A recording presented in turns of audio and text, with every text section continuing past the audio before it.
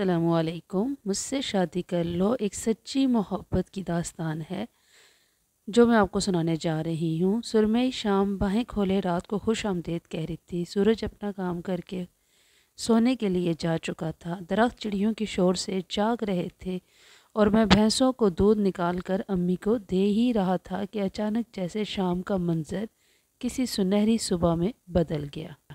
میری خالہ اپنی بیٹی اور شوہر کے ساتھ ہمارے گھر میں داخل ہو رہے تھے۔ خالہ شادی کے بعد اسلام آباد چلی گئی تھی اور گاؤں تو بمشکل ہی کوئی 3-4 بار آئی ہوں گی۔ اسلام آباد ہمارے گاؤں سے 10 گھنٹوں کی دوری پر ہے، تو اسی لیے ہم لوگوں کو بھی وہاں گئے کوئی 10 سال تو گزر ہی چکے ہوں گے۔ خالہ کی بیٹی سونیا بلال کو آج سالوں بعد دیکھ رہا تھا۔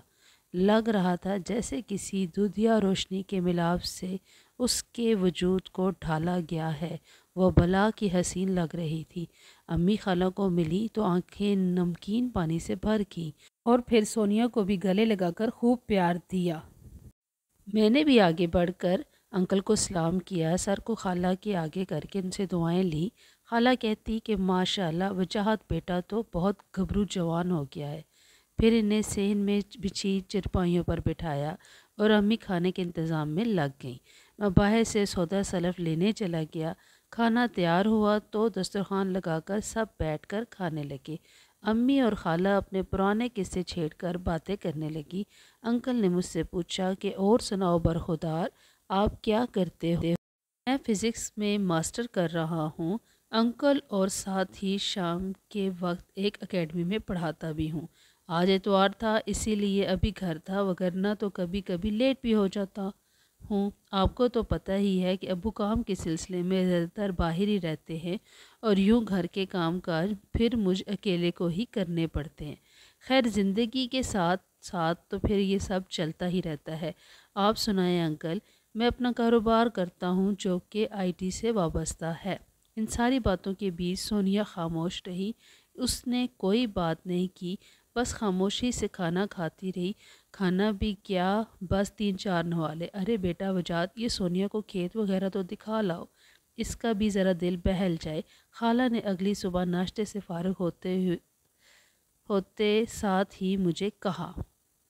جی خالہ، میں چلا جاتا ہوں۔ سونیا نے 1-2 بار منع بھی کیا مگر خالہ کے اصرار کے بعد وہ باہر جانے کے لیے راضی ہوگی۔ میرے پاس مہران کار تھی، وہ دروازہ کھول کر جھٹ سے پچھلی سیٹ پر بیٹھ گئی۔ میں بھی خاموشی سے کار میں بیٹھ کر سٹارٹ کر کے کھیتوں کی طرف بڑھ گیا۔ میں بہت خوش تھا، وہ پریوں کی ملکہ بالکل میرے پیچھے بیٹھی تھی۔ کیا ہوا جو تھوڑی نک چڑھی تھی، مگر تھی تو خوبصورت نہ، ویسے بھی جتنی وہ حسین تھی اتنا غرور تو جچتا بھی تھا اس پر۔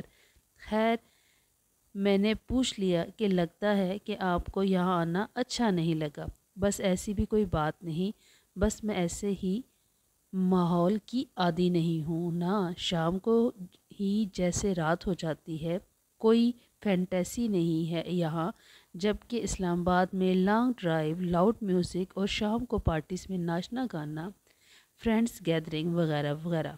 سو I can't afford the living style of village. ہاں سچ، یہ انگلش کے ورڈز جو میں بول رہی ہوں وہ تمہیں سمجھ تو آ رہی ہے نا؟ وہ چہکی۔ جی ماسٹر کر رہا ہوں، اتنی انگلش تو آتی ہی ہوگی۔ ہم گاؤں کے لوگ اتنے بھی گئے گزرے نہیں ہوتے جتنا یہ بڑے شہروں والے لوگ ہمیں سمجھنے لگ جاتے ہیں۔ میں تھوڑا غسیلا ہو گیا تھا۔ ارے کوئی کول بھائی، وہی پینڈو جذباتی پن، ریلیکس ایزی مین۔ میں نہیں کچھ کہتی، تب تک ہماری زمینیں آ گئیں۔ گاڑی روک کر باہر اسے ٹیوب ویل دکھایا جو منوں کے حساب سے پانی اگل رہا تھا، پھر کھیتوں کے متعلق کچھ باتیں کی۔ وہاں چند منٹ گزارنے کے بعد اسے نہر دکھانے لے گیا۔ آخر میں دریا پر چلے گئے، وہاں مچھلی کے کباب کھا کے گھر لوٹ آئے۔ وہ کسی حد تک مجھ سے فرینک ہو گئی تھی، پھر اکثر ہم اکٹھے رہنے لگے۔ بھینس کا دودھ نکالتے وقت بھی وہ میرے ساتھ رہتی۔ امی کو گوبر کا کام کرتے دیکھتی، جھاڑو صفائی اور نلکے کے پانی سے کپڑے کیسے دھوتے ہیں وہ سارا دیکھتی۔ وقت پر کھول کر اڑتا رہا اور مہینہ بیت گیا۔ ہم دونوں کب ایک دوسرے کے قریب آئے پتہ ہی نہ چلا۔ وہ اکثر مجھے کہتی تھی کہ تم ہماری شادی کے لیے اپنی امی سے بات کرو۔ کرو نہ، میں ہر بار کوئی نہ کوئی بہانہ کر کے بات ٹال دیتا، لیکن جب اس کی ضد بڑھی تو میں نے صاف لفظوں میں انکار کر دیا۔ آخر کیوں وجاہت؟ کیا اب میں حسن کی ملکہ نہیں رہی؟ میں وہی ہوں نا جس کی خوبصورتی کے تم قصیدے پڑھتے تھے۔ اب دسترس میں آئی ہوں تو دھتکار رہے ہو مجھے، کس قدر گھٹیا آدمی ہو تم، محبت کر کے مکر رہے ہو، پیچھا چھڑوا رہے ہو۔ ہاں، پیچھا چھڑوا رہا ہوں کیونکہ تم اسلام آباد کی ایلیٹ کلاس کی ہائی فائی لڑکی ہو، جبکہ میں یہاں اس گاؤں کا گوار لڑکا ہوں۔ تم یہاں کے اس گھٹن زدہ ماحول میں ایڈجسٹ نہیں ہو پاؤ گی، تم جلد ہی اکتا کر چھوڑ جاؤ گی مجھے۔ بس اسی لیے میں نے یہ پہلے ہی فیصلہ کر لیا ہے کہ میں تم سے شادی نہیں کروں گا۔ سونیا نے روتے روتے ہاتھ جوڑ لیے کہ پلیز وجاہت، مجھے اپنا لو، میں گوبر اٹھا لوں گی، جھاڑو دے لوں گی، چارہ کاٹ کے لے آیا کروں گی، بھینس کا دودھ نکال لوں گی، مگر خدا کے لیے میری جھولی میں اپنے ہجر کے یہ انگارے مت ڈالو، میں تمہارے بغیر مر جاؤں گی۔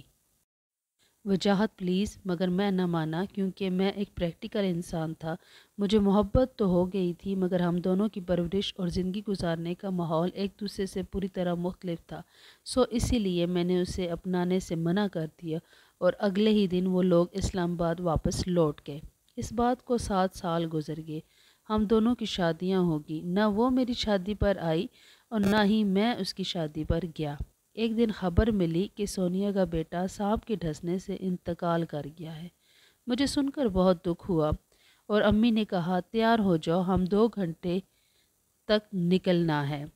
میں اور امی گاڑی میں بیٹھ کر نکل گئے۔ امی نے بتایا کہ وہ کھیتوں میں کہیں کھیل رہا تھا، بیچارہ کہ سانپ نے اسے ڈھس لیا۔ میں کہیں خیالوں میں کھویا، امی کی باتوں کے جواب میں بس ہوں ہاں ہی کرتا رہا۔ انہی خیالوں کے بھنور میں غوطے کھاتا سونیا کا سسرالی گھر آ گیا۔ جب ہوش آیا تو دیکھا کہ یہ تو کچے گھروں پر مشتمل کوئی گاؤں ہے۔ حیرانگی مزید سوا سیر ہو گئی کہ سونیا کی شادی گاؤں میں ہوئی ہے۔